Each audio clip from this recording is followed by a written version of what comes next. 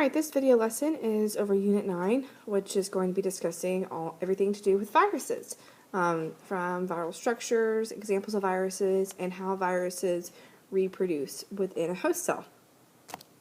So first and foremost, let's remember that viruses are non-living. Remember, viruses are not non-living because they need a host cell to reproduce. Okay, they cannot reproduce on their own. Therefore, even though they have some of the other characteristics of living things, they are considered to be non-living because they cannot reproduce on their own. Okay, they have to have a host cell. Alright, viruses come in all different shapes and sizes, and depending on the type of host cell that's going to infect determines what it's going to look like. Okay, so we're going to kind of talk about the basics structures of viruses. We're actually going to build some bacteriophage models, which is a virus that infects a bacterial cell, later on this week. So we're going to just draw the bacteriophage. We're going to draw the bacteriophage because it is what we're going to be building. So in a virus, a bacteriophage, all viruses are going to have some sort of capsid. Okay, so here is our capsid. Obviously this is a three-dimensional structure. The capsid is made up of a protein coat. So this is our capsid, which is a protein coat.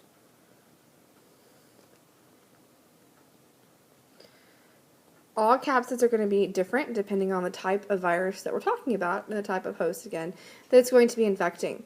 Okay, so capsids serve to protect the DNA.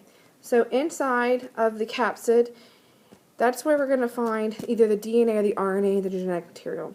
Viruses don't have very complex genomes. Okay, so sometimes they have DNA, sometimes they have RNA. Okay, but either way, they're going to have some form of genetic material. Okay, so this could be DNA or RNA, depending on the type of virus that we're discussing. Okay, now bacteriophages have a sheath, a tail sheath. This is the tail sheath, which is going to be what's going to connect it down here to its tail fibers. Okay, and these tail fibers are going to be used for attachment.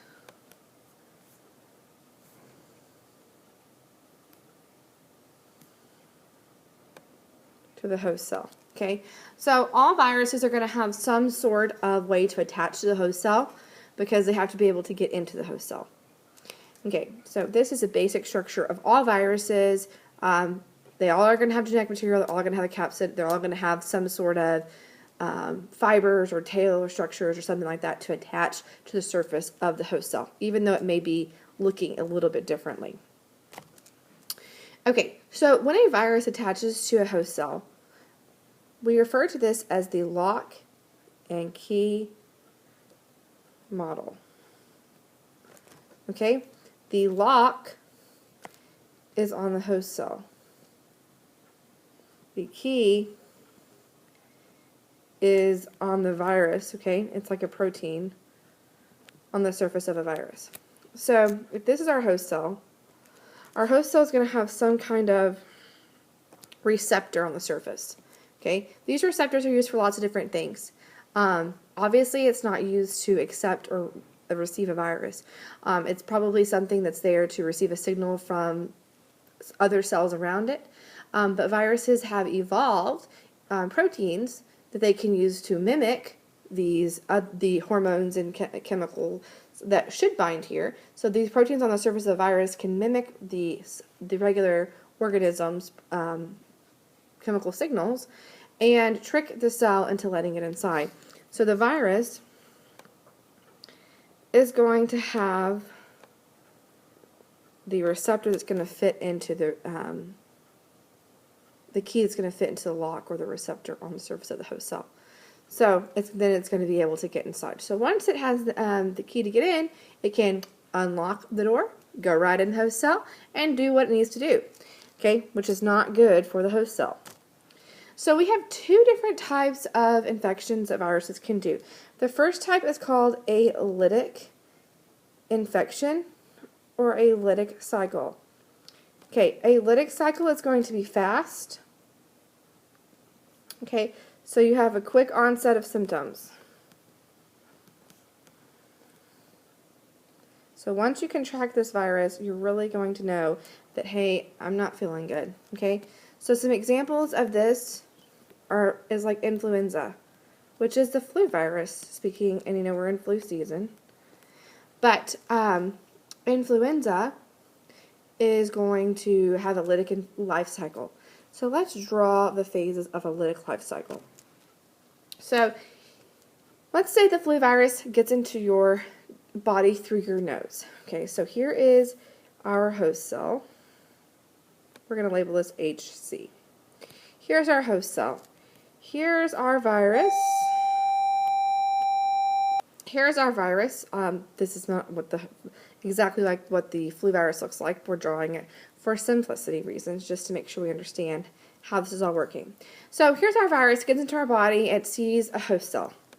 Okay, the next step is this virus is going to make attachment onto the host cell, right? It's going to match up with the lock on the host cell, right? The receptors on the host cell, lock and key, remember? And once it matches up with those receptors, it's going to be allowed entry. And so once it matches up, it's going to inject its DNA or RNA into our host cell. Okay?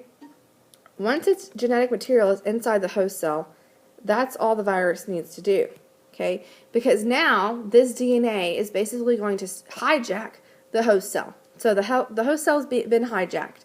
And what's going to happen is we are going to that virus uses the host cell's machinery to make more copies of itself inside the host cell. Okay, so this host cell is going to fill up with viruses. And when it gets too full with viruses, what's going to happen is it's going to burst, or another word we learned was lyse. Remember? L-Y-S-E. So this host cell lyses or bursts, which kills the host cell. And so these viruses can then go over here and infect more host cells. Okay, and it's going to happen over and over and over again. And so again, this is called the lytic cycle. So in the lytic cycle, the virus infects the cell, hijacks the cell's machinery, makes more copies of the viruses, causes the cell to burst, the viruses get released, and then those viruses go and infect more host cells, okay, to make more viruses. So this is our lytic cycle. The other type of cycle is called a lysogenic cycle. Okay, a lysogenic life cycle, this is the tricky one. These are our bad viruses, okay, that are able to hide for a while before we know they're making us sick. So I want you to think first and foremost about the length of the word. Okay, lysogenic is a much longer word than lytic. Okay, that's going to be important. So lysogenic is a long word because it's a longer cycle. So this takes a longer time because the viral DNA hides in the host cell's DNA.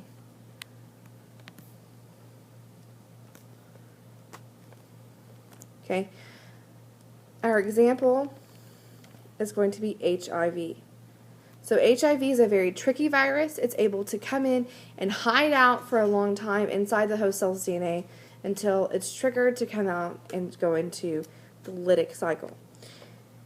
So a couple of things. It's longer, think longer word. Also here you can see the word genic. Gene is in there because it's hiding out in the genes. So let's draw this in comparison to our lytic cycle. So in a lysogenic cycle, here's our host cell. Okay, we still have to attach to our host cell. We still have to inject our genetic material into the host cell.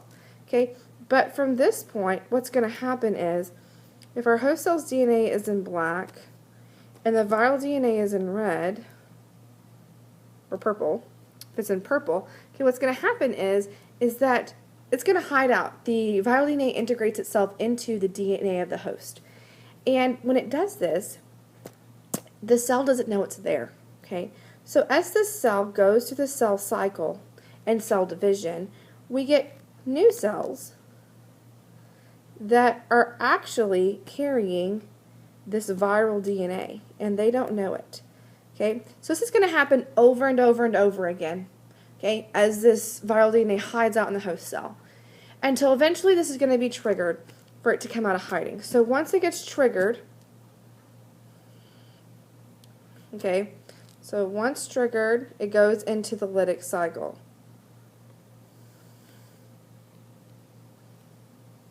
And by this, I mean that it's going to start making copies of itself, cause the cell to burst, and then be able to go and infect more cells.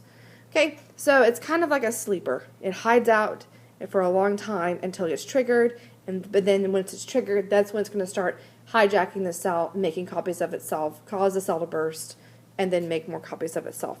So again, this is the lysogenic cycle.